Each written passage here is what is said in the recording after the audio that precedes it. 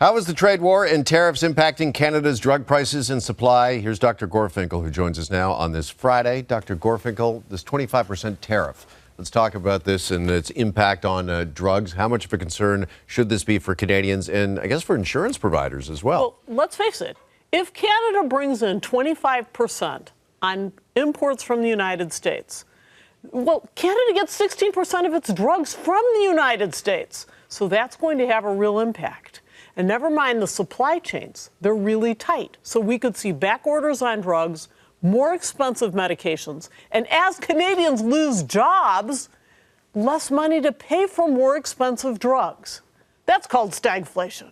And that's serious problem for us Canadians. Also, we send a lot to the States too, right? That's right. We send 9% of their drugs. So we're supplying their drugs at the same time. And they're having a similar problem, but it's so much less of an impact.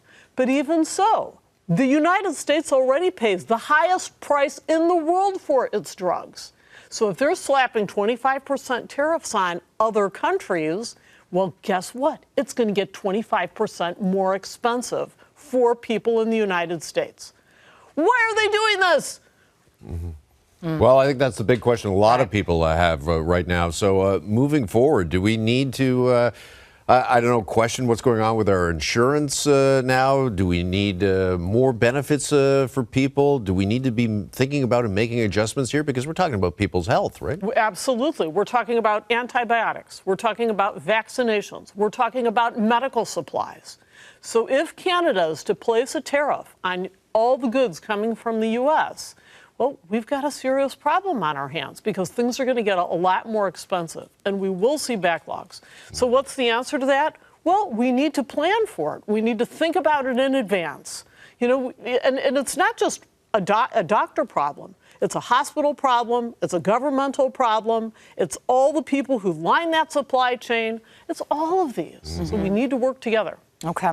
I want to ask you about this. The federal government is moving ahead with a plan to label forever chemicals as toxic.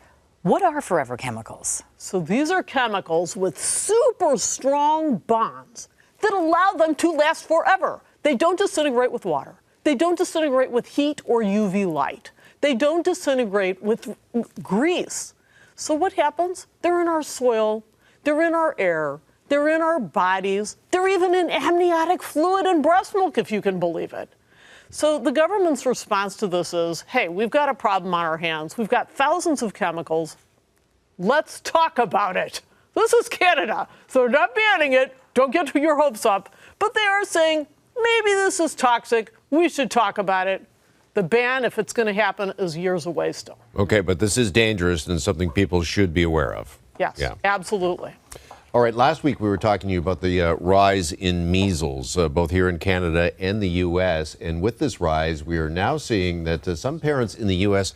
are having measles parties. Oh my gosh, my heart beats still. Can you believe it? Ask yourself, would you invite your child to a come and get it while it's hot measles party? I mean, the child, if unvaccinated, and it's the unvaccinated that this appeals to, has a 1 in 5 chance of winding up in a hospital bed. What kind of a party is that? And then, you know, a 1 in 20 chance of developing pneumonia, and then we have the risks of encephalitis. And I'd rather take my child to the doctor to get that 97% effective vaccine. But what can we say? Choose your friends wisely. Well, we used to hear about this about chickenpox. People doing this, right? Who wanted to avoid the vaccine, but anyway. But chickenpox is a milder disease. 1 in 1,000 winds up in hospital who are unvaccinated. For measles, the chances of hospitalization for a child who's unvaccinated is 1 in 5. They're not at all comparable. Well, everyone check their immunization records, because I just had a checkup the other day and my doctor told me chances are, given your birth year, you didn't get that second measles shot. And I am looking into my file right now to see if I did or not, and I'll probably be going back to get that second shot. So anyway, we're going to have to leave it there. Dr. Gorfinkel, thank you so much. Always a pleasure. All right.